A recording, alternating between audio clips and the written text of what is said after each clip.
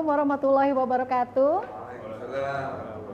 Salam sejahtera bagi kita semua, salam sehat juga pemirsa, selamat pagi. Kami menjumpai Anda kembali dalam perbincangan yang luar biasa pada momen kali ini. Saya Fani Patricia, senang sekali dapat hadir dengan membawakan tema optimalisasi pemanfaatan aset dan penyelamatan aset-aset pemerintah provinsi, persembahan dari Badan Pengelolaan Aset dan Keuangan Daerah Provinsi Jawa Timur, BPKAD Surabaya, yang ada di Jawa Timur.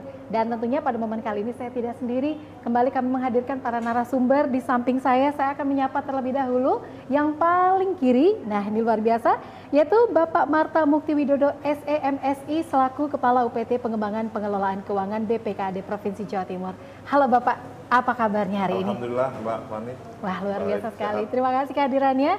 Juga saya ingin sekali lagi menyapa di samping kanan Pak Marta ini ada Bapak Muhammad Reno Zulkarnain SIP selaku anggota Komisi C DPRD Provinsi Jawa Timur. Apa kabar Pak? Baik, Assalamualaikum Mbak Fani. Waalaikumsalam, terima kasih kehadirannya. Di samping kiri saya hadir Bapak Aufa Zafiri SAK selaku anggota Komisi C DPRD Provinsi Jawa Timur. Apa kabarnya Pak? Alhamdulillah baik Mbak Fani. Wow, luar biasa. Ini saya paling senang bisa berbincang dan berkumpul dengan bapak-bapak sekalian.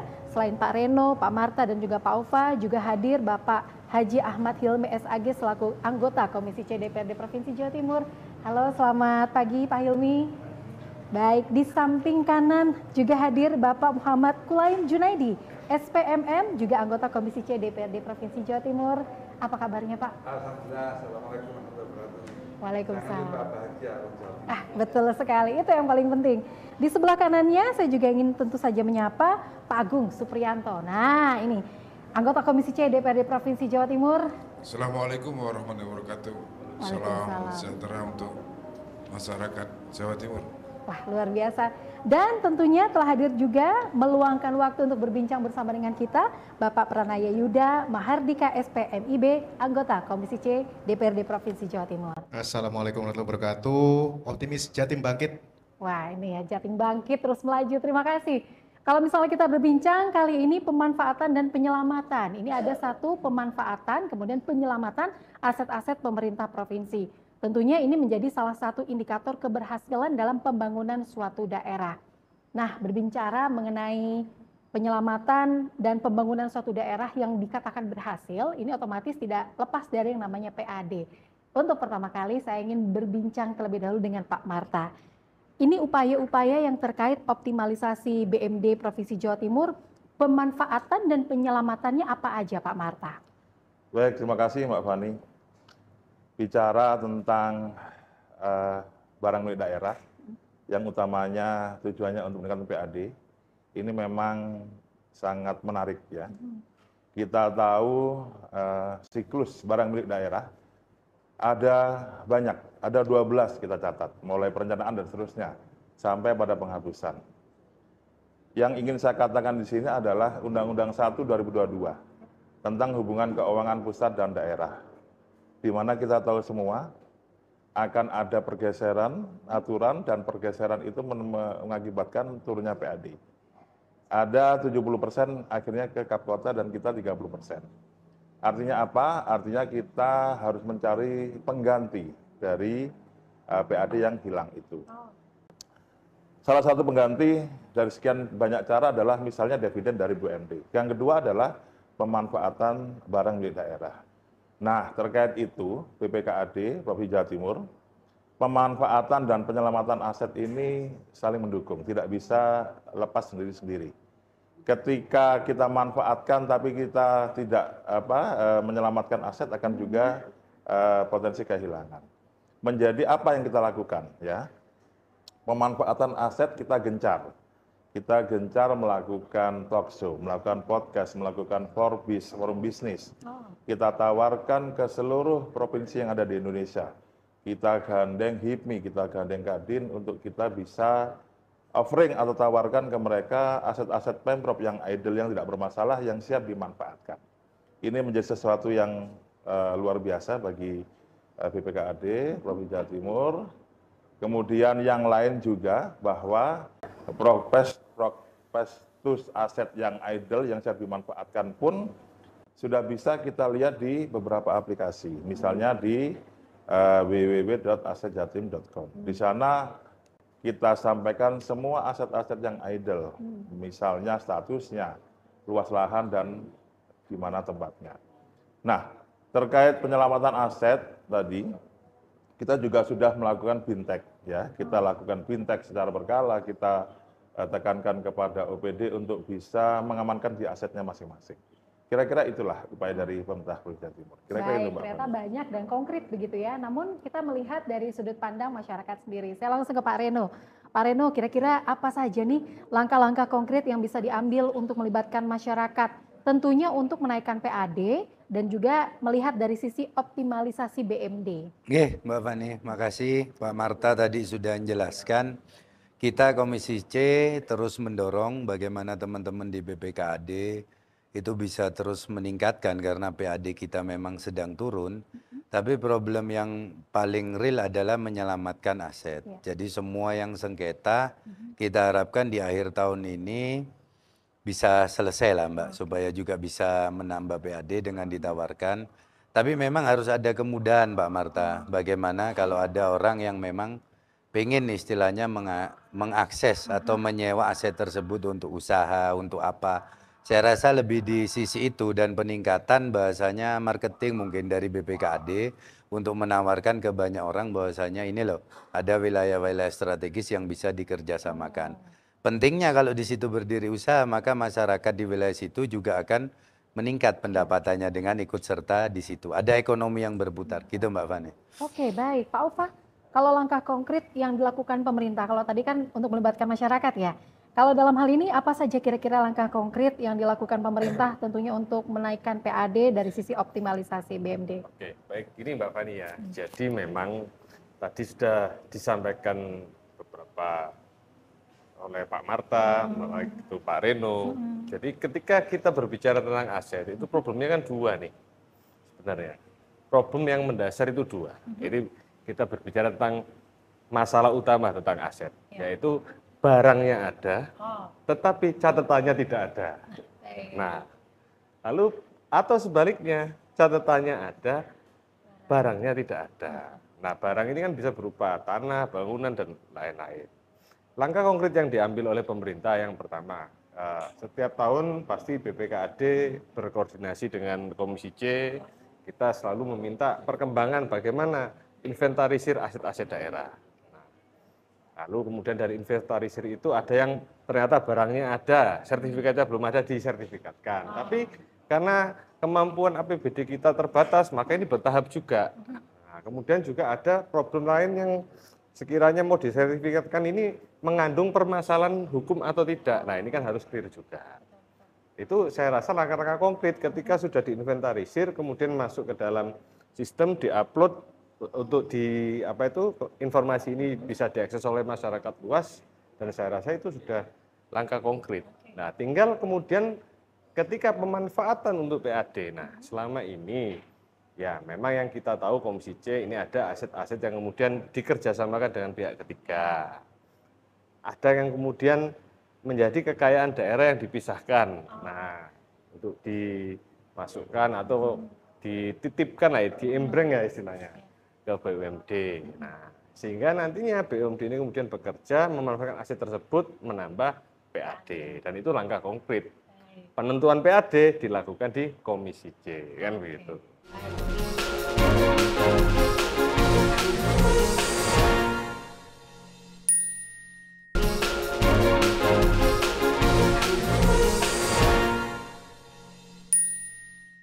Saya menuju ke Pak Hilmi. Pak Hilmi, kalau misalnya tadi kan kita berbincang melibatkan masyarakat, langkah konkret pemerintah yang dilakukan. Dalam hal ini kira-kira barang milik daerah apa saja nih yang menurut Pak Hilmi harus dioptimalisasi? Ya, kalau setahu saya sama teman-teman keliling selama ini banyak belum maksimal ya sebenarnya. Baik itu infrastruktur, kemudian ada beberapa BUMD di peternakan itu juga kurang maksimal, ada juga kemarin tuh perusahaan. Nah, harapannya ke depan diperbaiki lagi untuk joint venture-nya untuk pihak ketiga, dipermudah perizinannya, dan juga lebih dimaksimalkan mungkin yang banyak melibatkan UMKM ya, agar lebih lebih maksimal, Mbak. Oke. Mungkin itu. Baik, terima kasih Pak Hilmi. Saya berbincang dengan Pak Kulaim. Nah, kalau tadi kan apa saja kira-kira harus lebih ditingkatkan optimalisasinya. Tapi menurut sisi pandang Pak Kulaim sendiri dalam melihat peningkatan PAD, ini apa saja kalau kita lihat dari sisi optimalisasi BMD Provinsi Jawa Timur? Ya, terima kasih.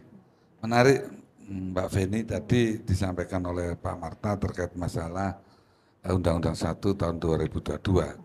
Artinya seluruh OPD seakan-akan dengan apa yang di statementnya Pak Marta, seluruh OPD sekarang sudah berbenah dalam rangka menyikapi undang-undang itu karena ada tergerus sekian triliun yang harus dari OPD penghasil yang ada di Jawa Timur ini sudah harus bisa mencari penggantinya. Ya, syukur-syukur kalau seluruh OPD penghasil melakukan ya optimalisasi dari pendapatan yang sudah dikumpulkan ini bisa-bisa melebihi daripada kehilangan yang mungkin hampir 4-5 triliun itu kalau seandainya semangat sama di seluruh OPD termasuk di BPKAD ini. Karena mungkin BPKAD juga bisa mencontoh di tingkat desa. Desa itu sekarang sudah berbenah bagaimana meningkatkan PADES, pendapatan asli desa dengan memanfaatkan tanah sehingga tidak ada sejengkal tanah pun milik desa yang tidak berproduksi karena di situ tumbuh BUMDes. Ya. Kemudian UMKM juga sekarang sudah menjamur sehingga yang semula tanah itu hanya sekedar dikelola asal-asalan tapi sekarang sudah luar biasa.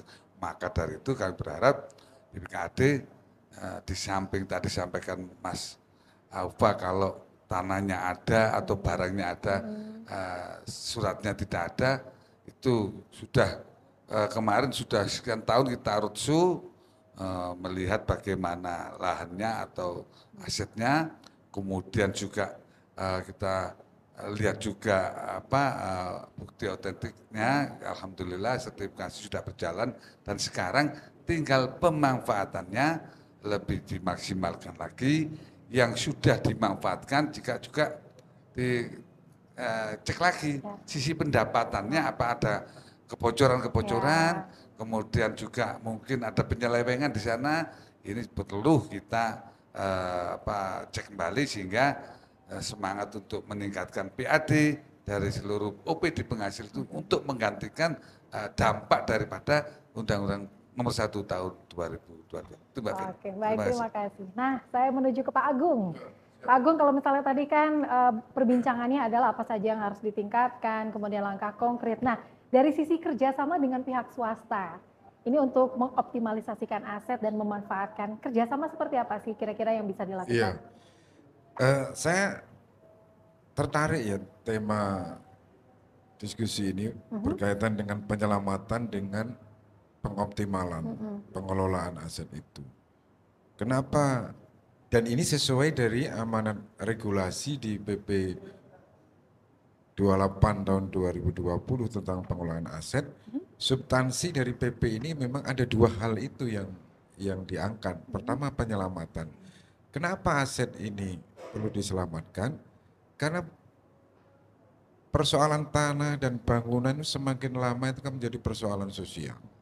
Dulu nilai akan tanah itu tidak seberapa, tapi bergulir waktu, semakin lama kebutuhan tanah semakin banyak.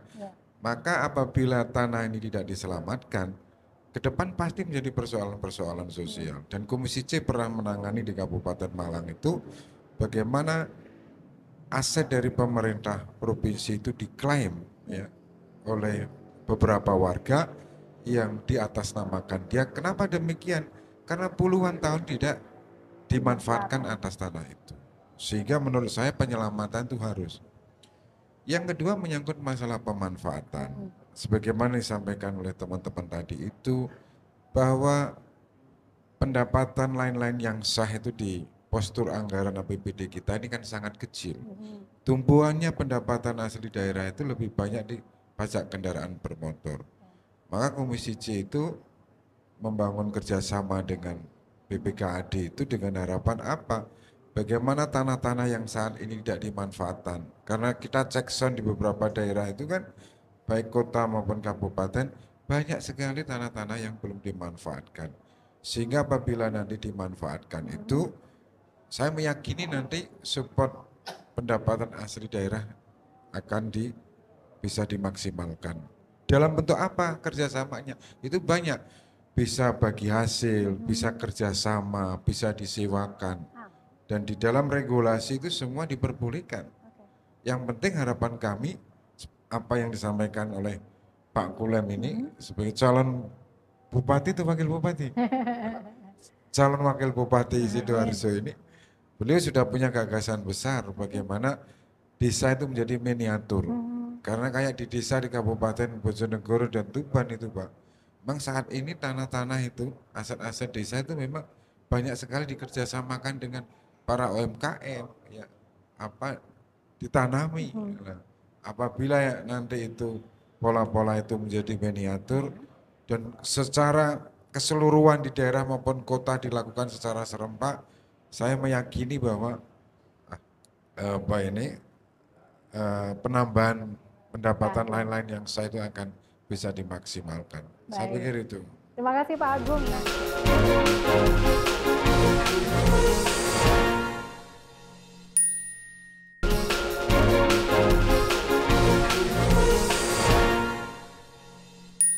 Nah, ini kita tadi sudah berbincang mengenai langkah konkret, kemudian melibatkan masyarakat, bentuk kerjasama apa. Tentunya ini ada tantangannya. Tidak mungkin langkah-langkah ini berjalan dengan mulus begitu ya. Karena tentu saja dengan dinamika yang ada, saya berbincang dengan Pak Yuda, tantangan apa saja kira-kira untuk hal-hal ini yang bisa terjadi dan langkah-langkah untuk mengatasi tantangan yang ada. Baik Mbak Fani, jadi kalau kita bicara tantangan, sebetulnya dalam setiap langkah apapun, apalagi langkah menuju ke hal-hal baik itu pasti selalu ada aja. Sebetulnya dalam hal ini BPKAD sudah melakukan inisiatif yang baik. Saya sudah melihat beberapa progres, antara lain dengan berupa aplikasi, sekarang sudah bisa melihat mana-mana aset yang available, kemudian juga mana-mana yang dengan luasannya berapa, lokasinya di mana, itu akurat. Hanya mungkin yang perlu dibenahi adalah lebih kepada kondisi real. Artinya tantangan kondisi real contohnya begini, buka aplikasi, kemudian di situ hijau, tapi ketika disurvei ternyata ada penghuni liarnya, misalnya begitu. Nah ini kami juga pernah mengalami, maksudnya ada laporan, sehingga kita lihat yang seperti itu perlu dibenahi lagi ke depan, tantangan-tantangan seperti itu. Sebetulnya hal ini masih bisa dibenahi selama kita masih belum launching keluar. Yang tidak kita inginkan adalah ketika kita mengadakan pameran investasi atau pameran aset ke daerah luar, kemudian investor dari luar mengalami kendala yang seperti tadi saya sampaikan. Ini kan tantangan-tantangan, sehingga sebelum kita menuju ke tahun-tahun berikutnya yang mana Kepala BPKAD juga melakukan pameran ke berbagai daerah untuk menggait investor untuk masuk ke Jawa Timur, tentunya tantangannya adalah membenahi internal secara keseluruhan.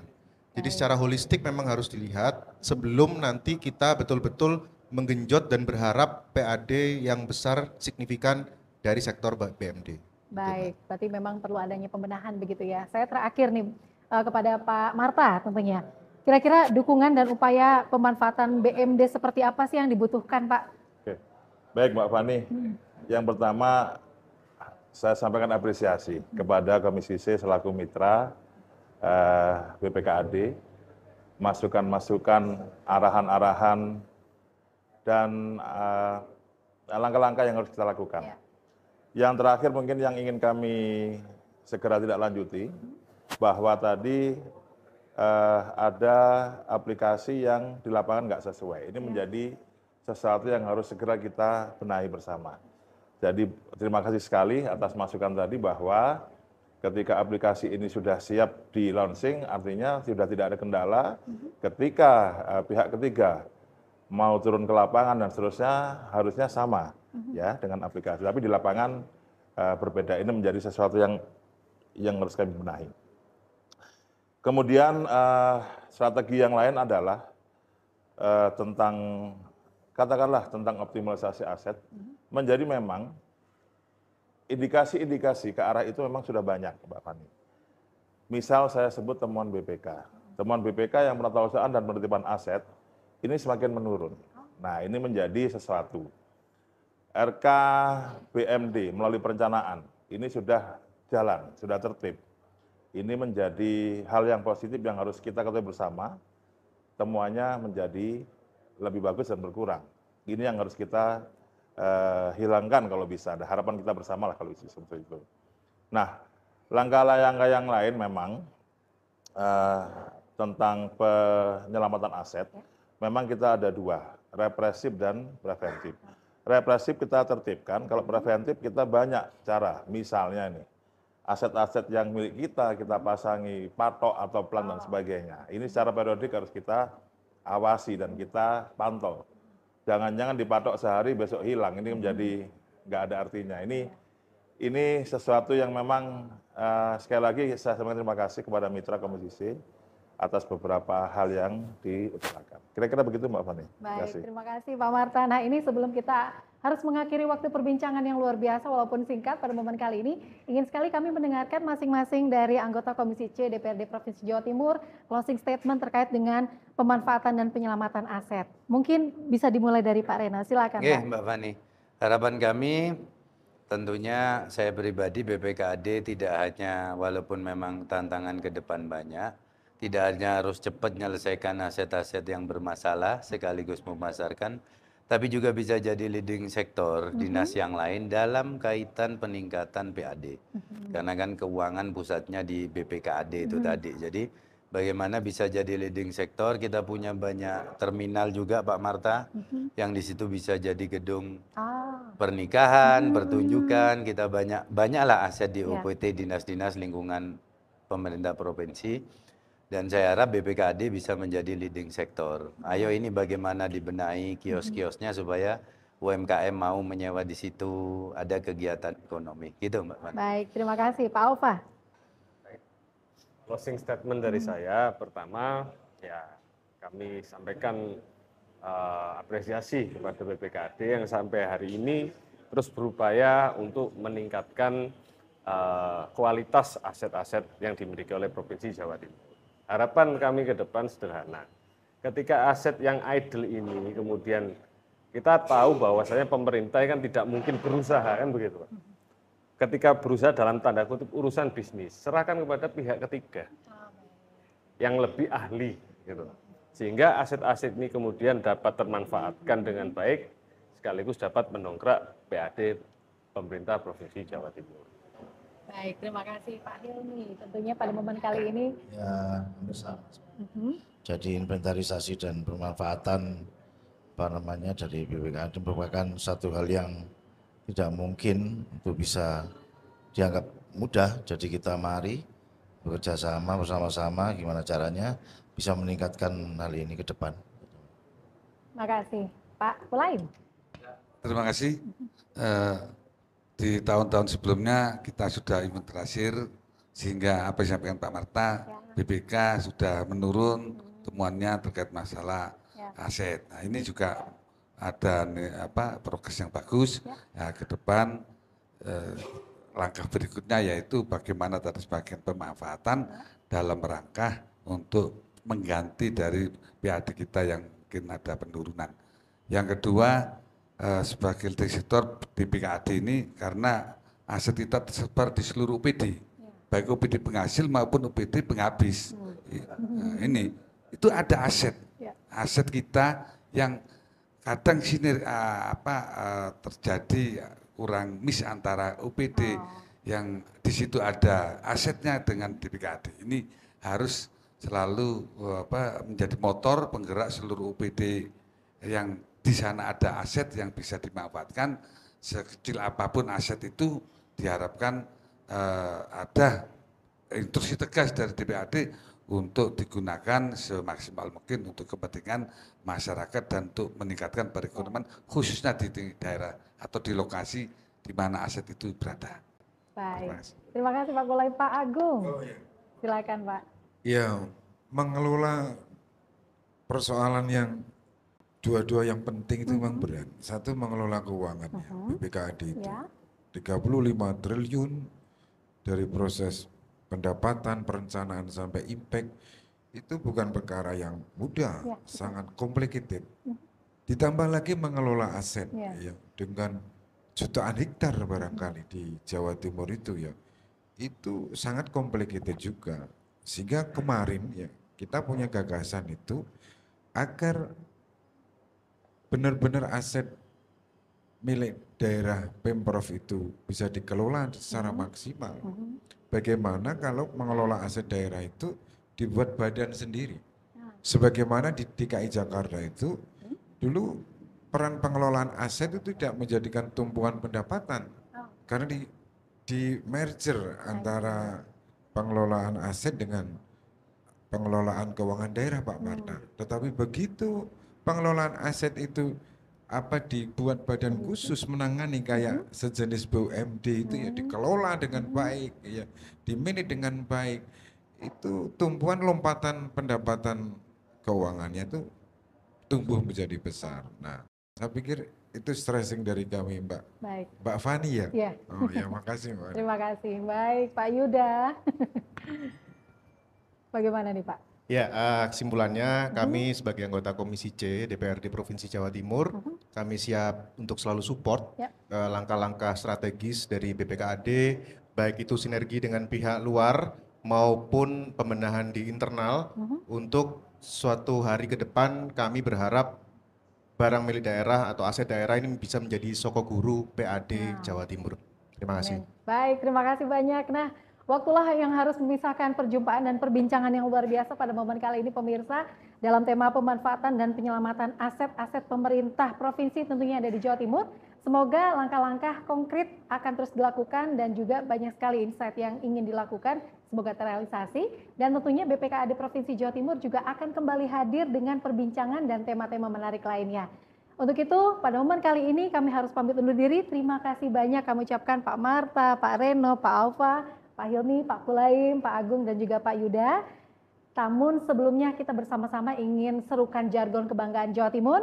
Salam optimis, Jatim bangkit, Jatim bangkit, terus melaju. Akhir kata saya Fani Patricia pamit undur diri. Wassalamualaikum warahmatullahi wabarakatuh.